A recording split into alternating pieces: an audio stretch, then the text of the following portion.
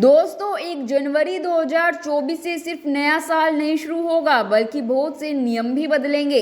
ये बदलाव आम लोगों के जीवन को प्रभावित करेंगे क्योंकि ये बैंक, डॉक्यूमेंट और मार्केट से जुड़े बदलाव होंगे।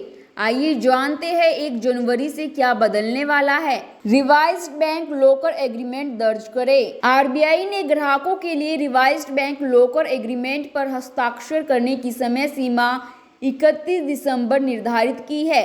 अगर लॉकर होल्डर ऐसा करने में विफल रहते हैं तो उनके लॉकर फ्रीज कर दिए जाएंगे। आईटी रिटर्न दाखिल करने का समय। अगर आपने अभी तक वित्तीय वर्ष 2022-23 के लिए अपना आयकर रिटर्न दाखिल नहीं किया है तो आपके लिए आखिरी मौका है। आईटीआर दाखिल करने की तारीख 31 दिसंबर है। हालांकि यह बिलेटेड रिटर्न दाखिल करने की आखिरी तारीख है, लेकिन देर से दाखिल करने पर जुर्माना 5,000 रुपये या 5 लाख रुपए से कम आय होने पर 1,000 रुपये है। मूल रिटर्न में किसी भी बदलाव के लिए आपके लिए रिवाइज्ड रिटर्न दाखिल करने की आखिरी तारीख भी 31 दिसंबर है। डीमैट अकाउंट एमएफ में अपडेट करें नॉमिनेशन। आप में से जो लोग ऑनलाइन स्टॉक ट्रेडिंग या म्यूचुअल फंड के माध्यम से निवेश करते हैं उनके लिए सेबी ने डीमैट और एमएफ अकाउंट होल्डर्स के लिए नॉमिनेशन देने की समय सीमा अगले साल 30 जून तक बढ़ा दी है। इससे पहले किसी लाभार्थी को नामांकित करने या घोषणा पत्र जमा करके इससे बाहर निकलने की समय सीमा 31 दिसंबर 2023 थी। आधार कार्ड अपडेट कराने पर देनी होगी फीस। अगर आप ऑनलाइन आधार कार्ड में कोई अपडेट कराना चाहते हैं तो बिना किसी शुल्क के ऐसा करने के लिए आपके पास सिर्फ 31 दिसंबर तक का समय है। 1 जनवरी से आधार में कोई भी बदलाव कराने के लिए 50 रुपये चार्ज लगेगा। इनएक्टिव यूपीआई आईडी होंगी बंद। National payments corporation of India के नवंबर के एक सर्कुलर के अनुसार बैंकों और गूगल पे, पेटीएम जैसे पेमेंट ऐप्स को उन कस्टमर्स की यूपीआई आईडी को डिसेबल या बंद कर देना चाहिए जिन्होंने 1 साल या उससे अधिक समय से कोई यूपीआई लेन देन नहीं किया है।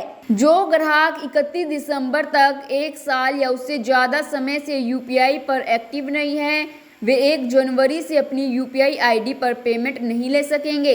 नए सिम कार्ड लेने के लिए डिजिटल केवाईसी प्रोसेस। दूरसंचार विभाग डिपार्टमेंट ऑफ टेलीकम्युनिकेशन 1 जनवरी से सिम कार्ड के लिए पेपर बेस्ड केवाईसी को खत्म कर रहा है। ग्राहकों को नए सिम कार्ड प्राप्त के लिए पेपर फॉर्म भरने की जरूरत नहीं है और वह नए सिम कार्ड लेने के लिए आधार इनेबल्ड डिजिटल केवाईसी प्रोसेस से गुजर सकते हैं। आसान भाषा में उपलब्ध होगी पॉलिसी के नियम। पॉलिसी धारकों को तकनीकी समाधान निकालने में मदद करने और पॉलिसी की शर्तों को कानूनी और बेहतर ढंग से समझने के लिए बीमा कंपनियों को 1 जनवरी से पॉलिसी धारकों को पॉलिसी की प्रमुख विशेषताएं एक निर्धारित फॉर्मेट में देनी होगी। रेगुलेटर आईआरडीए ने शर्तों को स्पष्ट करने के लिए मौजूदा इंफॉर्मेशन सीट को रिवाइज किया है। कारों की बढ़ेगी कीमतें। बहुत सारे ऑटोमोटिव दिग्गज जैसे मारुति सुजुकी, हुंडई, मर्सिडीज और ऑडी ने मुद्रास्फीति के दबाव और कमोडिटी की कीमतों में बढ़ोतरी के कारण 1 जनवरी से अपनी कारों की कीमतों में बढ़ोतरी की घोषणा की है। पार्सल भेजना होगा महंगा।